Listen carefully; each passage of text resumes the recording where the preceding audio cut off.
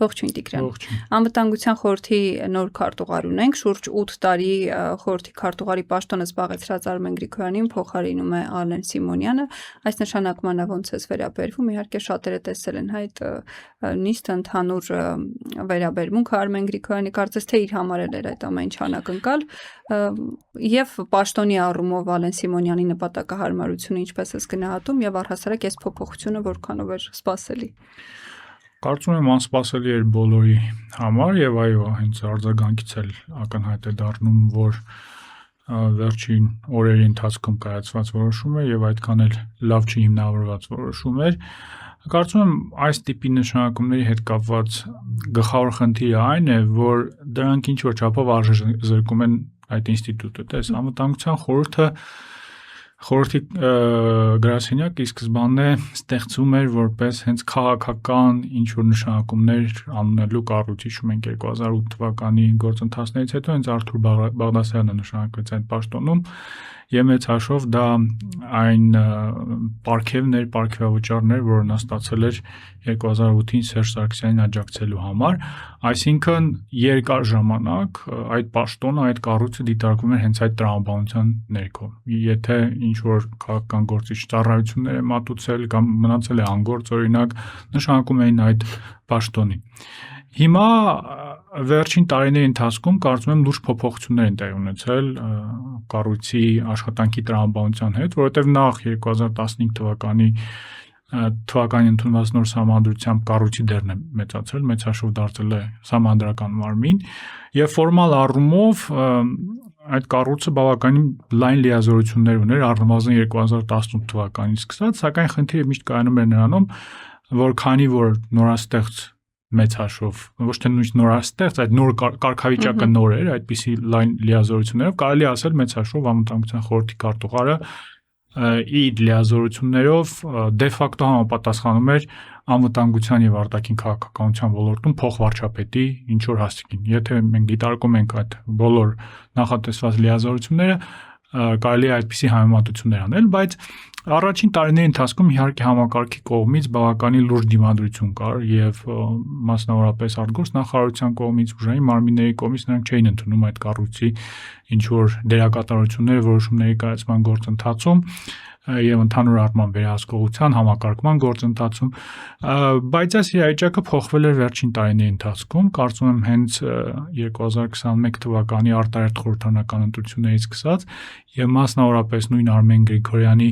դերի մեծացմանը զուգահեռ, երբ նա ներգրավվեց ինչպես հայ-ադրբեջանական ուղիղ բանակցություններում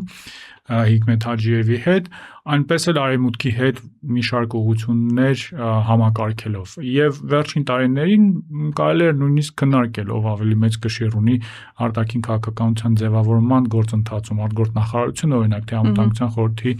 քարտուղարը ու գրասենյակը մի շարք էական գործընթացներ, օրինակ ինչպես Միացյալ Նահանգների հետ ռազմամարական համագործակցության այդ շրջանակը եւ դրա հետ կապված այլ գործընթացներ, Եվրոպական միության դիտորդական առաքելության հետ աշխատանք, այդ ամեն ինչը համակարգվում էր անվտանգության խորհրդի կողմից եւ դա երևում էր նաեւ տարբեր արևմտյան դիվանագետների հետ շփումներում, որոնք բավականին մեծ կարեւորություն էին տալիս այդ կառույցին եւ այդ պաշտոնին։ Հիմա այս նշանակման խնդիրը այն է, որ այն կառույցը վերադարձնում է այդ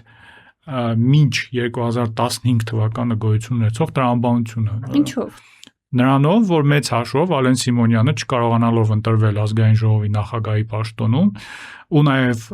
հրապարակայնորեն ցուցադրելով իր դժգոհությունը այդ որոշմամբ, երբ հրաժարվեց մանդատ վերցնել ու նաև հայտարարեց, որ հանգստի փուլ է պետք իր համար,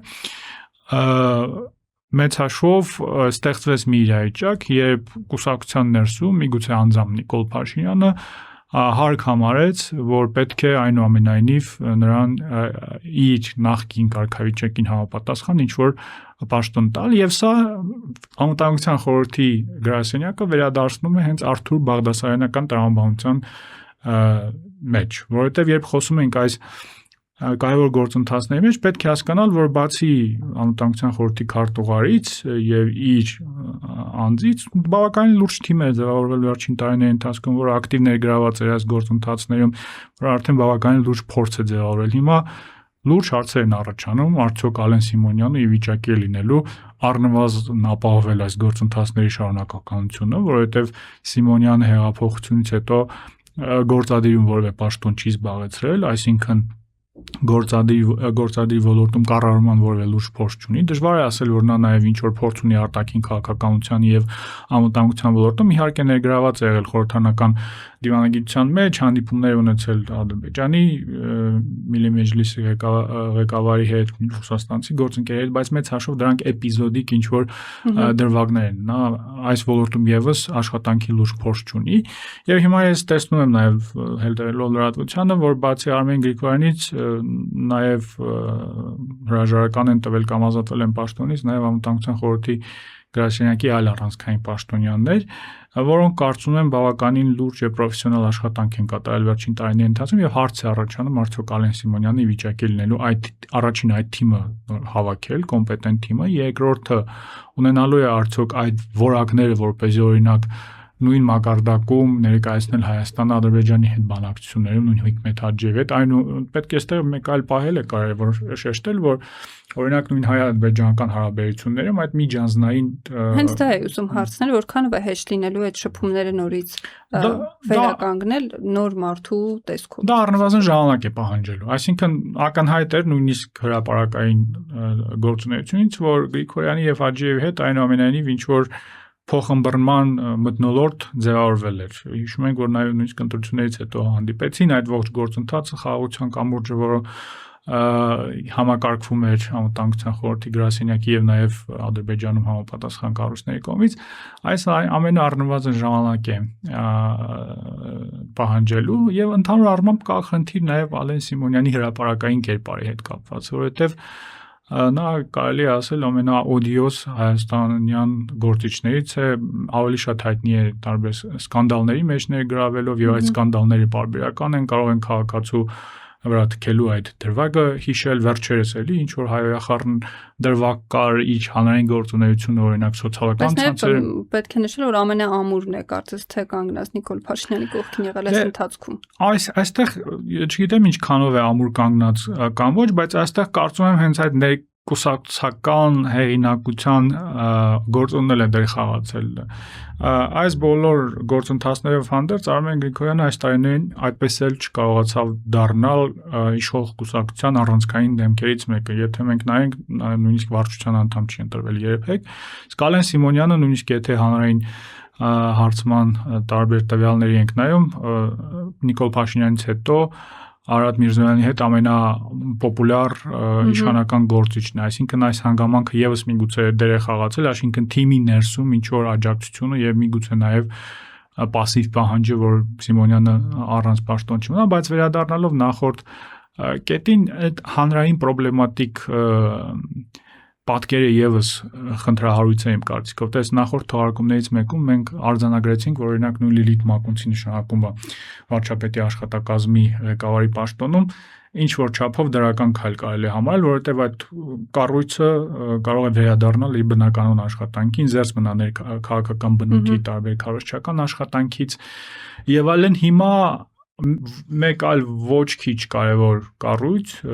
եւ վերջին տարիներին կարևորություն ստացած կառույց սկսում է ղեկավարել մի մարդ, որը ինչպես արդեն նշեցի, ավելի շատ հայտնի է այդ սկանդալներով, ներքաղաքական բնույթի վեճերով կամ էլ չգիտեմ, Ռուսաստանի, Ուկրաինայի եւ հետխորհրդային երկրների այլ պոպ աստղերին ուղեկցելու իր բնավորությամբ։ Դրանով է մեծ հաշվով հայտնի Ալեն Սիմոնյանը, կամ էլ չգիտեմ, ինչ որ այլ լրագրողների հետ, ռուս լիբերալ լրագրողների հետ կապ պահելով։ Թե ինչքանով է սա համընկնում անվտանգության խորհրդի կերպարին, իմիջին, գործունեությանը, սրանք բոլորը կարևոր հարցեր են, որոնց պատասխանը այս փուլում մենք չունենք։ Կառավարության ծրագրի նախագիծն է ընդունվել, իհարկե մանրամասն կծանոթանանք եւ հաջորդ թողարկմանը կարծում եմ հենց դա կքննարկենք, բայց մի կետի մասին այսօր խոսենք, որ առանձին գլուխ է նվիրվել հենց եկեղեցուն, ուզում եմ մեջ բերել, նշվում է, որ ապահովելու է հայաստանյաց առաքելական Սուրբ եկեղեցու փաստացի պետի հեռացումը եւ սահմանված կարգով իրականացվելու է կաթողիկոսական տեղապահի ընտրությունը։ Ու նշում են, որ այս գործողությունները մտադիր է իրականացնելու, որպեսզի հոգեվոր անվտանգության խնդիրը ապահովի, ինչպես է վերաբերվում առհասարակ ծրագրում նման դրույթի արկայությանը եւ Ցավոք սրտի մենք վերջին տարվա ընթացքում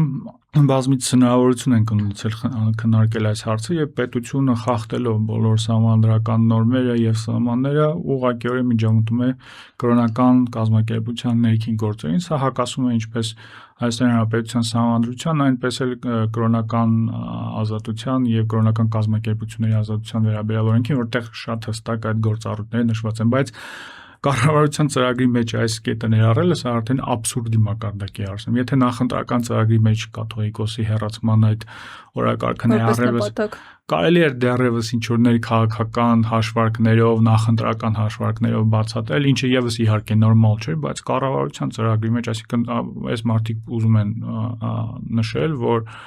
կաթողիկոսի հեռանալը կամ չհեռանալը մեր պետության կարևորագույն խնդիրներից մեկն է, որ ազդելու է, ինչպես արդեն նշեցի, հոգևոր անվտանգության վրա։ Այստեղ կարծում եմ կարևոր շեշտադրում է նաև այս եզրույթը, հոգևոր անվտանգության եզրույթը։ Սա ավելի շատ բնորոշ է ավտորիտար կամ տոտալիտար երկրներին։ Ես հատուկ թողարկումից առաջ փորձեցի հասկանալ կա ինչ որ ժողովրդավարական երկիր, որ իր գործունեության, իր կառավարությունը գործունեության շրջանակում ընդունել է օրինակ այդ տիպի կոնցեպտներ հոգևոր անվտանգության վերաբերյալ։ Սա ամբողջովին հակասում է ինչպես ժողովրդավարական կառավարման սկզբունքներին, այնպես էլ իշխանության եւ կրոնական պետության եւ կրոնական կազմակերպությունների տարանջատման սկզբունքին եւ այստեղ եւս տոտալիտար ինչ-որ տարեր կա, այսինքն հոգևորը բարձր չէ, որ ամեն անհատի, ամեն մարդու անձնական գործն է։ Պետությունը պետք է հստակ սահմաններ ունենա, որտեղ այն կարող է միջամտել եւ չմիջամտել։ Եվ արդեն պետությունը ինչ-ինչ պատճառներով, բարձր պատճառները այստեղ հիմնականում քաղաքական են եւ դժվար թե Նիկոլ Փաշինյանին կամ իր կառավարությանը հետաքրքրում է ընդհանրապես ինչ-որ մեկի հոգևոր անվտանգությունը, բայց այդ մտնում է արդեն այդ դաշտ եւ արդեն ինքն է փորձում որոշել, թե որն է իմ եւ քո հոգևոր անվտանգությունը, արդյոք մենք ուզում ենք ունենալ այդ հոգևոր անվտանգությունը կամ ընդհանրապես կարևոր հարց է դա մեզ համար, ով է իրենց այդպիսի մանդատ տվել, ինչ ընդհանրապես իրավական նորմի մեջ է դա տեղավորում, սա արդեն շատ խնդրահարույց գործընթաց է եւ սա կարելի է անվանել Հայաստանի այս ընթացող ժողովրդավարական հետընթացի հերթական դրվագ անվանել եւ բնականաբար պետք է լուրջ ուշադրություն դարձնել այս հարցերին եւս, որովհետեւ ինչով էլ չհիմնավորեն այս մոտեցումները, նշել էին նաև որ ինչ որ հիբրիդային սպառնալիքների դեմ են պայքարում,